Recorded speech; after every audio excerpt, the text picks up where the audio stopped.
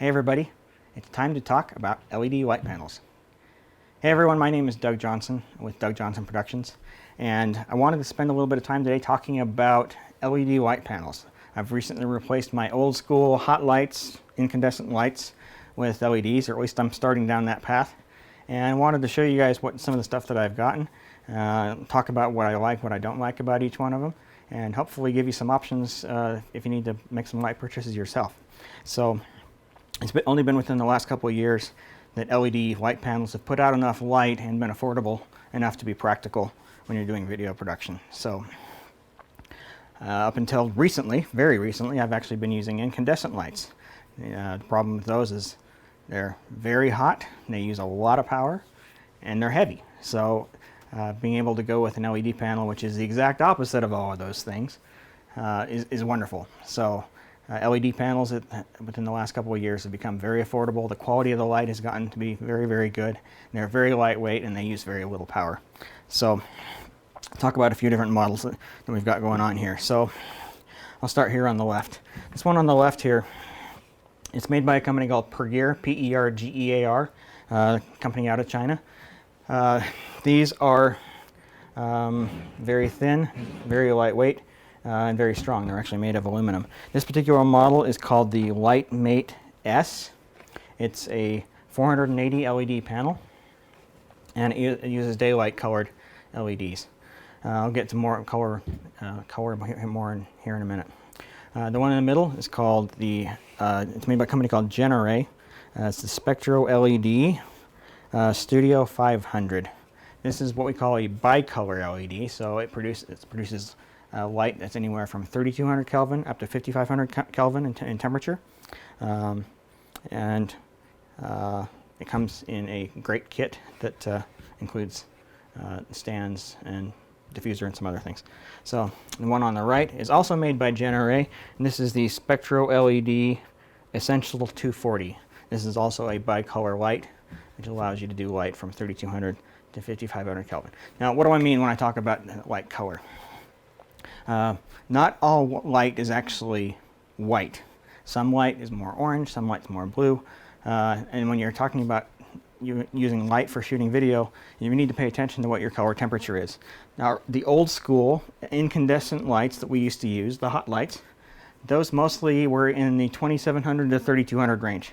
And so in order to approximate that, some LED panels are actually available that have a 3200 Kelvin option. There are a handful as well that are just 3200 Kelvin, though those seem to be disappearing. The move in the market seems to be more towards daylight colored or 55 to 5600 Kelvin for a lot of reasons. One, it's the same color as the sun, so if you're shooting in an environment where you've got sunlight in the mix, it makes a lot of sense to have your lighting match that.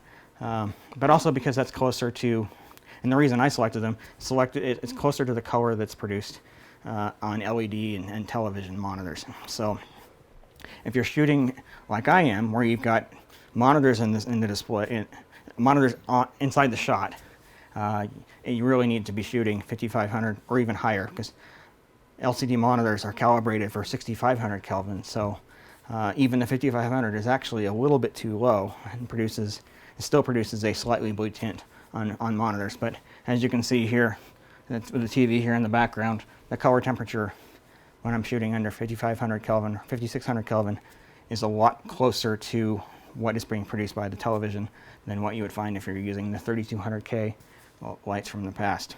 So, but the 5600 is great because you can shoot outdoors. You can use one of those lights to fill in a shadow. If you're shooting somewhere and the sun just can't provide the lighting that you need, then you can always throw one of these lights up and have it fill it in, and the color matches, so you don't have weird blue shadows or anything like that. The lighting looks great. So daylight colored, bicolored, bicolored. The other thing you have to talk about when you're talking about lighting color is what the CRI, or color rendering index. This is a number that as it approaches 100 tells you how high quality the light is. So a number that's really high, say above 90, 93, 95, in that neighborhood, means that the color of the lighting is very even. You don't have weird spikes of green or magenta or anything in there. And it's a nice smooth transition from the reds all the way through the blues. If you have a light that's got a low CRI, you may find that when you go to do any sort of editing on it, that you have a weird green tint on something, or the blues just don't look quite right, or they look washed out. So when you're shooting under LED lighting, you want to make sure you've got a light that has a very high CRI. Now these lights, the CRI on this one is 96, and these two is 93. So all three are considered very high quality. So anything above 90 is generally considered pretty good, though I wanted to make sure that the 93 is actually is a pretty good place to be. I wanted to make sure that I was at least 93. Excuse me, on everything that I'm getting, all the lights that I'm getting and using. So that's why one of the reasons I selected these. To be honest though, there aren't a whole lot of LED light panels that are out there these days that have a CRI that's any lower than 90, so it's not the problem that it was a couple of years ago. So that said, if you're looking for a bargain and going and buying a used light, you really want to make sure that it has a nice high CRI on it. The manufacturers generally publish those numbers, so if you can go to the website of the manufacturer and look up the model that you're looking at and see what its CRI is. Some manufacturers are going to obviously exaggerate a little bit. You know, this one probably isn't really 96, but it's actually quite good. In terms of this one, you can actually determine the quality of that by looking at this video, because I'm shooting this video under one of these and then one of its bigger brother, which is twice as wide, but otherwise the same. And so those are the only two lights that I'm actually using for this shot. So you can use that to judge for yourself whether the color quality is actually good enough for you. These are going to look good as well. I mean, 93 versus 96 is not a huge difference. So, I'm actually going to want to demonstrate the difference between the 5500 and 5600 and the 3200. So I'm going to flip this center light on here. Right now this is set for 5600 at 10% brightness. So zoom in here. You can see that even at 10% it's actually pretty bright. And the color matches the lighting that I'm shooting under. But if I take and I dial the color temperature down, so I'm going to take it all the way down to 3200, you can see how much more orange that is, especially as you look at the table in front of the light. So for that reason, it's very important to make sure that your color temperature of all your lights matches. You wouldn't want to have one that's 5600 and one that's 3200 because, well, one, it'd be difficult to find a white balance that actually looked decent, because depending on what direction the camera is pointing relative to the lights, you might end up with something that looks very orange or very blue. So make sure when you're shooting, you're always shooting under the same color light, unless you have a specific need to change the color on something. So now with that said, let me flip this around and actually show you guys the user interface on this thing. So this actually has a touch screen on it. So the first row here is the brightness, and that can be adjusted anywhere from 10 to 100%, and that's a relative brightness. And then the second row here is color temperature, so I'm going to go ahead and dial that all the way up to 5600 on there as well. One thing that this light does not have that my other ones have is a place to put a battery. This one only has a 12 volt DC input. It does include the power adapter in order to make sure that you can power it from AC power, but in the way it comes from the factory, there's no place to put a battery. This manufacturer does sell a battery mount that you can put on the back, but it's not included with the unit. Speaking of what's included, in this particular kit, it includes the light itself, a diffuser panel, a stand, and then a remote control, and then a carrying case. The remote control allows you to adjust the brightness and color temperature, but it does not have an on-off capability. So if you need to turn the light off, you still have to go to the back of the light and physically flip the switch. In terms of build quality, it's made of metal, and it's actually quite well made. It's a little bigger than I would have expected for an LED panel, and it is quite thick compared to my others, but it is actually quite well built. Now, one thing I find a little odd though is that they put barn doors on here. When you're talking about a panel that's made up of a ton of different LEDs, barn doors don't really do much to direct the light. So if you're talking about light that's heading off in this direction, yeah, I can move this here and block the light that's coming from these LEDs, but the light from these LEDs is still getting passed. And so what you find is that barn doors, while it looks professional, don't actually make a lot of difference on LED lights, and that's the reason that you don't find barn doors put on most. The other thing about LEDs is, generally speaking, the light is fairly soft, and so diffuser panels aren't necessarily inherently required, though all the lights that I'm talking about today did include them. There's not a lot of difference, honestly, in the quality and the look of the light, whether it's diffused or not. In fact, the diffuser panel seems to mostly dim the light. It does spread it out a little bit, but in terms of the harshness of the shadows, almost no difference whatsoever with the diffuser panel on or off. So in most cases, you probably would want to shoot with the diffuser panel off. So anyway, that is the Genaray SpectroLED Studio 500. This sells in a pair in a kit for $698 on B&H Photo. So this is a light that I do recommend. I do like this light. I wanted to make sure that I had at least a couple of bicolor for those instances where I do need to balance against incandescent light, and so that's why I chose those. All right, so let me move that down out of the way here, and then we'll talk about the Genaray SpectroLED 240. This, same manufacturer as the last light we talked about.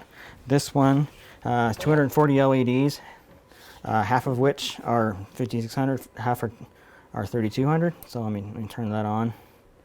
So right now I've got the color temperature dialed down for 3200 Kelvin, so your incandescent color, and then as you rotate the knob, it then switches over to daylight.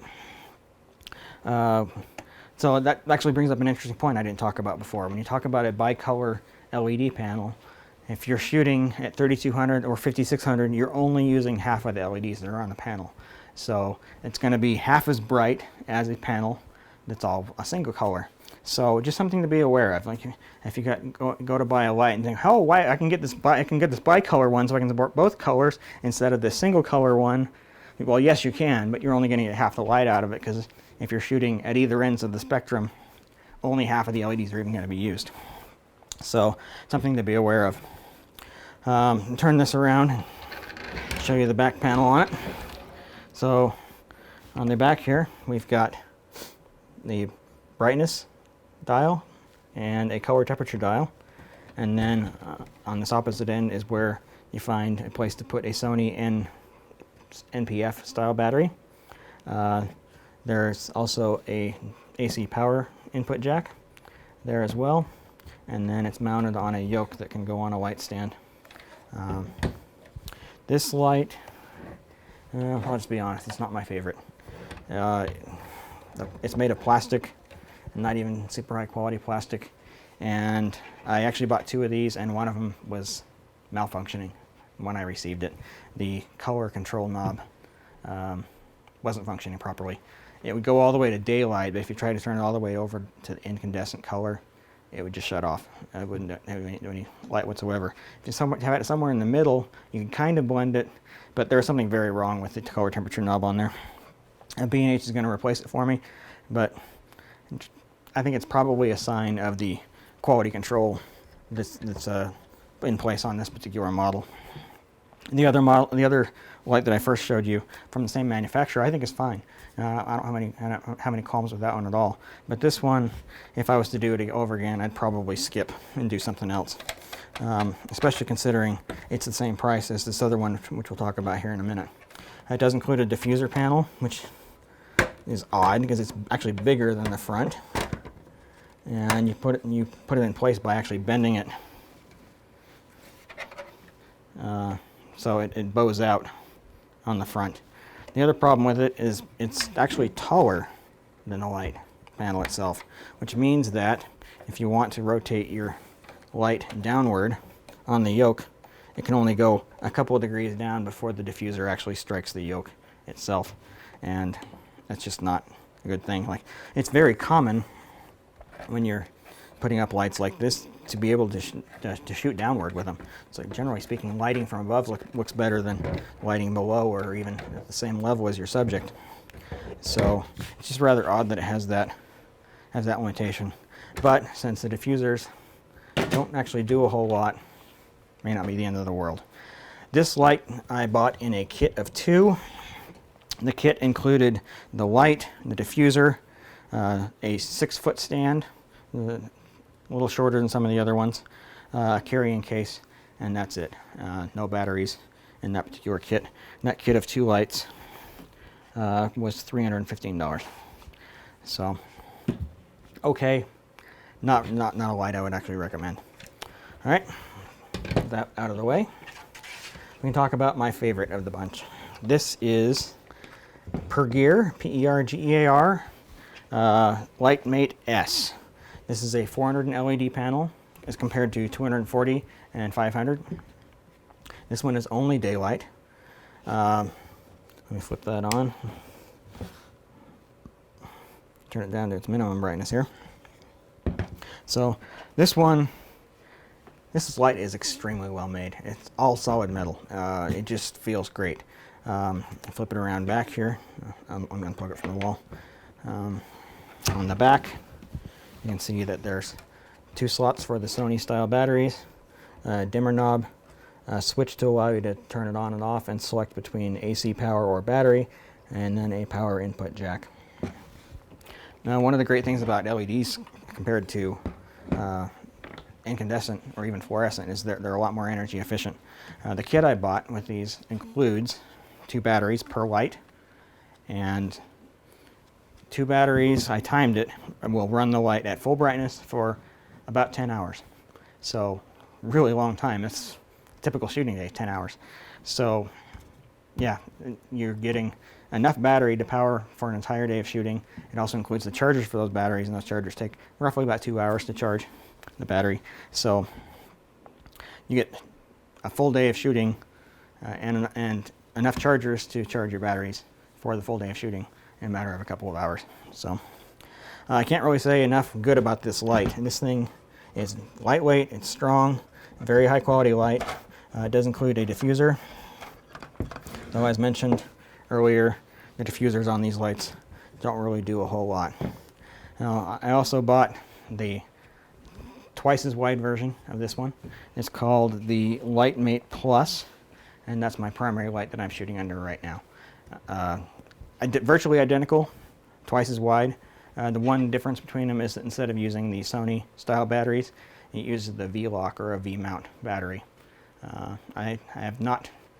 That was going to be the length of time that runs under battery is going to vary based on what batteries you have, and I did not buy the kit that includes batteries, so I can't tell you what how long the batteries last on the kit. Though I would suspect it's probably about half as long as this one because it is twice as many LEDs. So these smaller ones individually are about $150 on Amazon, which is I think is a great price for what they are. And they also sell the pair in a kit that includes batteries, charger, case.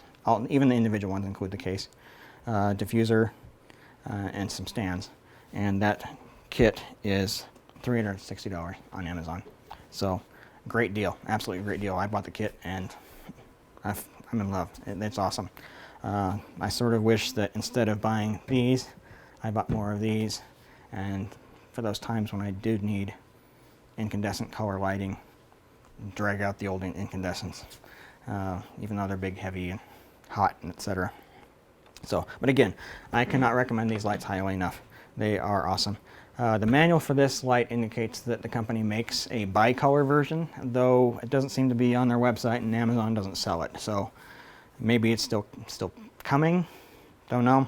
Haven't seen any sort of indication on when that might come. They do sell a bicolor version of their largest light. So in the series, there's this one. There's one that's twice as wide. So those are 480 and 960 LEDs. And then they sell a bigger one that's 1440. That one is a bicolor unit. I did not buy that one because I don't think I need that much much light, and because the smaller ones are only daylight colored, the mid-size one is actually brighter than the bigger one. So for the way I'm using it, it made sense to go with the mid-size one only and not get the biggest one. So anyway, so like I say, about $150 for a single. and a kit with batteries, stands, etc. for $360. All right, so there's one on the right here.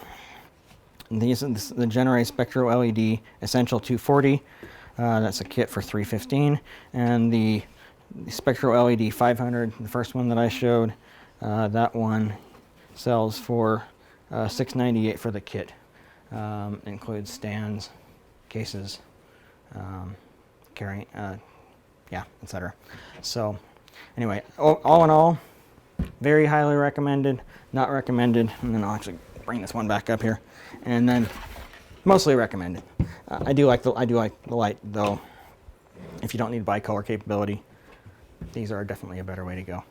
So anyway, if you have questions or comments, feel free to speak your mind down here in the comment section. I try to respond to any questions that are asked.